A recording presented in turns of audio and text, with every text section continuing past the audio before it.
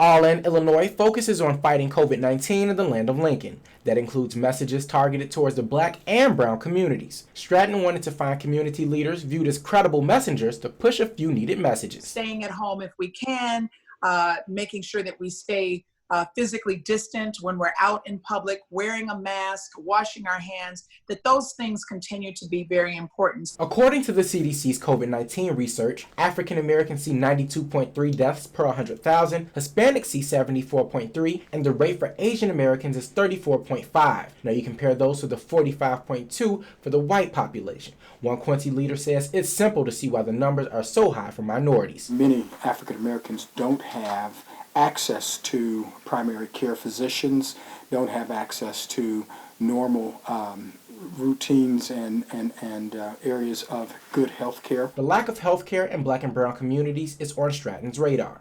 That's why she says she's doing everything she can to expand testing for those groups. Right now, there are over 250 public testing sites where people can get free testing, confidential testing, and our testing sites, you will never be asked immigration status. Stratton wants to ensure that this campaign hones in on the black and brown communities. So often they suffer from underlying health issues that go untreated for years.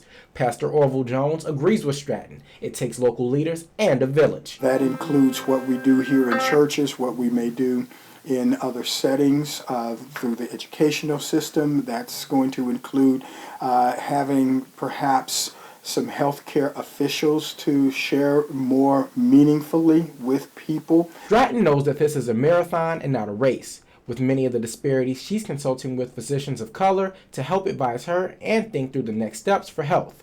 But her next step is working with black business advisors. Like articles this week said that 40% of black businesses won't come back after this pandemic. That is a travesty, and we need to make sure that our businesses, our small businesses, have real opportunity to continue to not just survive, but ultimately thrive.